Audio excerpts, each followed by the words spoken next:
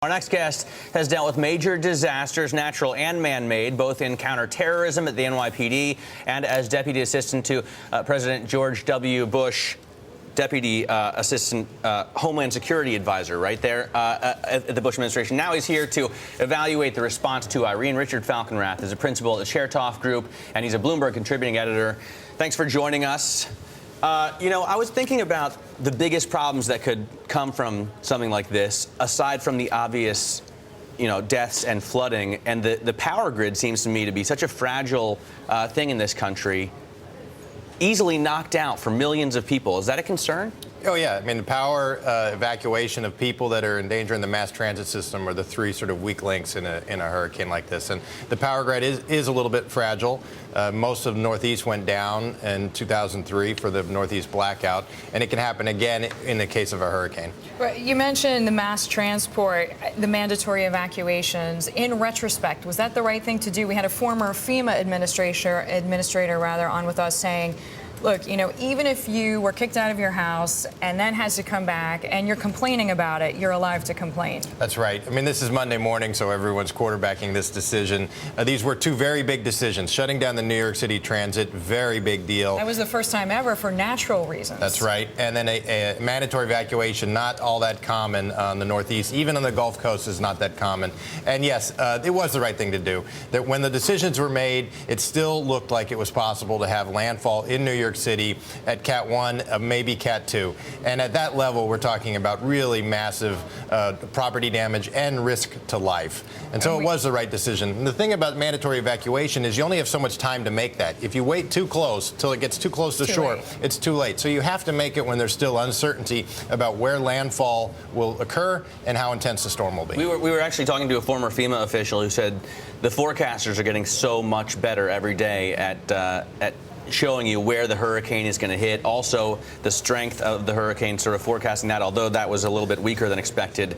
Are you impressed by the ability to forecast the path of this storm? Yeah, it's better, but I'll tell you, a harder job than the forecaster is the decision maker. It's the public elected official who has to sit there, take all this data that's coming in, all the different briefings, and make a decision that's going to affect the lives of hundreds of thousands, maybe millions of people. So yeah, the forecasting is better, but frankly, in a natural disaster like this, the forecasters have the easy job. The hard job is the people who actually have to make the decision about what to do with that information. And Deirdre points out the danger of being sort of the boy who cried wolf, not to make light of the decision, right? But next time, people are going to be less likely to evacuate, say, from Brooklyn because they didn't see any serious damage. That's right. But there's a cycle that occurs is when you have a disaster that you don't handle correctly, where you under-respond. Like the snowstorm this year. Then the next disaster comes along, you tend to over-respond a bit. That happened after Katrina as well. And then you sort of return to normalcy and wait till another one comes along that is under-responded to, and it starts all over again. So yeah, people will probably remember that next time they get an evacuation order, but hopefully there won't be another such order for quite a while.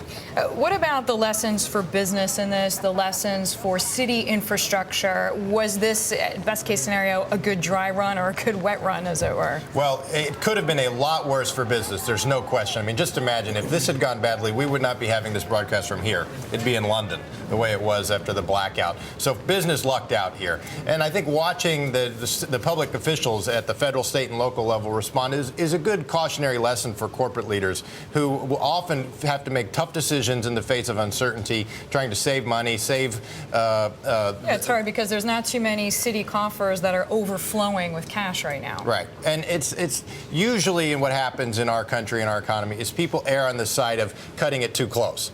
And in this case, we erred on the side of safety. That's often the right thing to do. During 9/11, there was a lot of concern about emergency networks, cell phone networks down, and you didn't hear so much about that this time. Do you think because we had obviously more time to be prepared, all of that stuff ran smoothly? Well, yeah, but also these networks are a cascading effect. So if you lose power, then you tend to lose the networks. We didn't ever lose power here in New York City. At least they lost it in New Jersey and elsewhere. When you lose power, you lose the network. If you lose the landline, then people rely on the cell phone line more. So in this case, the cascade never really started. We easily could have lost the telecommunications network if we'd lost everything else. But because the storm wasn't so bad, it was basically fine. So, Richard, know, because you've been through other disasters before, I mean, what happens now? You know, how does this recovery go? Who pays? Who pays for what? Right. So there's assessment teams out there right now. Some are from the insurance industry, some are from the government, and they're looking around trying to figure out what needs to be rebuilt here. We tend to distribute the risk and the cost of rebuilding across a wide number of actors. So FEMA, in this case, the Federal Emergency Management Agency, sort of acts like an insurance company for the region, and it has a variety of different reimbursement programs for the state to pay for their response costs and for individuals and businesses to rebuild, and even for mitigation. So if someone lost a bulkhead, a wall to keep the sea away, FEMA might end up paying to reconstruct that.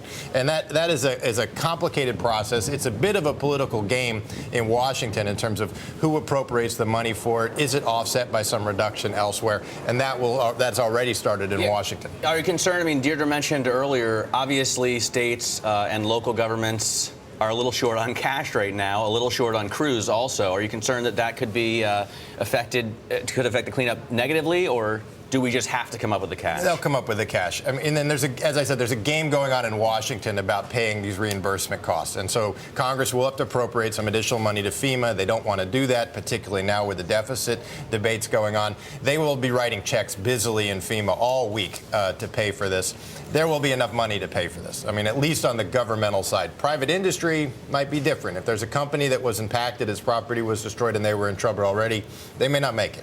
All right. Richard, thanks so much for joining us. Richard Falkenrath there from the Chertoff Group, formerly from Homeland Security, also National Security Council at the White House.